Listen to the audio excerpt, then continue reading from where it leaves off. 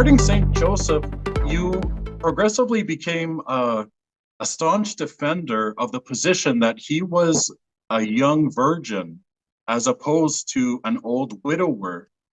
We see this image predominantly in the East with the Ukrainian Catholics or the Orthodox.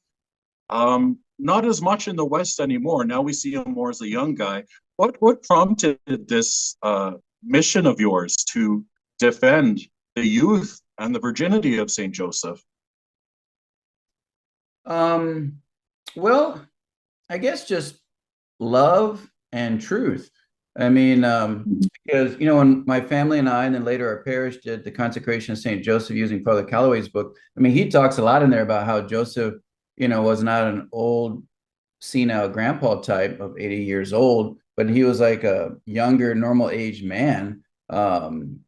And he had all the proof, like the quotes from the saints and everything, the popes.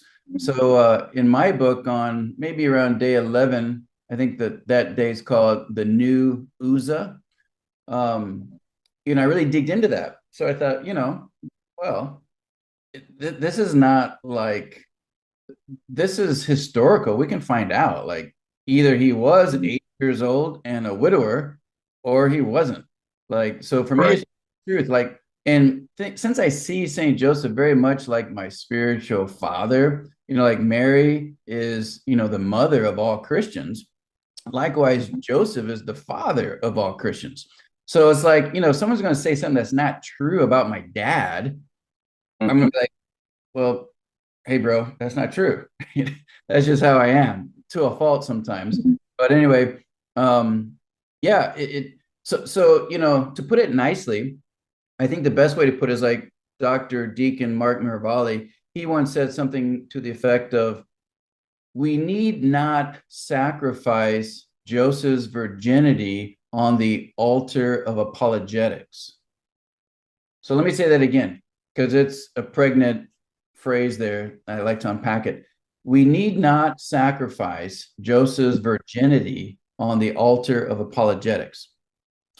Meaning, if you go back in time to very, very early, like in the 2nd century, at the time that this book called the Proto-Evangelium of James, or the Gospel of James, was put out. In there, it had this idea that Joseph was old and previously married. So basically, in that book, it presents Joseph in this way. Why? As a apologetic to try to protect Mary's virginity, which all Christians knew was true. Mary remained a virgin. So they wanted to protect that truth so much, but at the expense of Joseph's virginity. So, Yeah. and in the mind, even still today, many people think, oh, yeah, well, if he's old enough, well, then obviously he didn't do anything with Mary. Because what's at the heart of this, which is the bad thing that I don't like, what's at the heart of this, as Christopher West says, and also others like Mike Aquilina, that many of us, because of our fallen nature, concupiscence, original sin, we don't really truly think that it's possible to remain a virgin, to remain chaste, living with this woman, Mary, for at least 30 years. Like, they're like, how's that? That's not possible. Joseph couldn't have done it. So, well, wait a minute. Yeah, he could have. I mean, Jesus did it. Mary did it. John the Baptist did it. John the Evangelist did it. Jeremiah, the list goes on. All you got to do is, and Yeah. the Essenes at the time, that we heard about the Dead Sea Scrolls, like the Essenes would take a vow of celibacy. So, I mean, it wasn't like common, but it was a thing back then.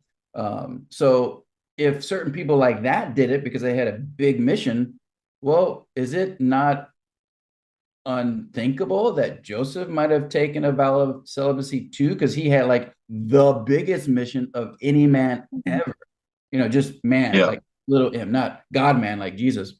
So it all makes sense. And more than importantly than making sense logically and theologically, is it's just historical. If you go back, I mean, in Luke 118 and 127, it talks about how, Joseph is a man. It doesn't say old man like it does for Zechariah. Luke says Zechariah was an old Right. man. Joseph, he said, was a man. So we think, ah, yeah, that's not really a good argument. But if you look in the Greek, it gets even more powerful because in the Greek, Joseph is an aner, whereas Zechariah is a presbytes. So, and if you then go and look at Hippocrates, the father of medicine, he has like the 7 stages of man, and then you can figure out each word what stage of man that was. And interestingly, stage of aner turns out to be like around 30 years old. So that matches what some of the mystics also said, like, and you know this way better than me because you're really into all the mystics. Like, I think it was Mary of Agreda or Baez who said that Joseph was exactly 33 years old when he married Mary, which makes perfect sense because Jesus died for us when he was 33. He died for the bride, the church. So all this theologically makes sense. But then also, if you look at the most icons of Joseph, like at St. Mary Major Basilica in Rome. That's the oldest one in any church in the world. He's pictured with this beautiful, iconic mosaic with brown hair and brown beard, not white hair and white beard. That didn't come many, many centuries later, like the 7th century in Egypt, when you see for the first time him having white hair, white beard, like an old man. So you don't protect Mary's virginity by Joseph's senility. No, you protect Mary's virginity by Joseph's chastity and the truth. So Joseph became a eunuch for the kingdom of God, just like Jesus talked about in the gospel. Wow. That's amazing. And for anyone who maybe wants to learn more about that, John he took part in an epic debate with Protestant, an Eastern Catholic or an Orthodox, and he represented the Catholic perspective. And I remember watching it, and it just blew my mind, the research that John did and the arguments, the valid arguments that John presented that make total sense, but were never really properly refuted by the other guys. So I'll probably put a link to that as well. It's amazing.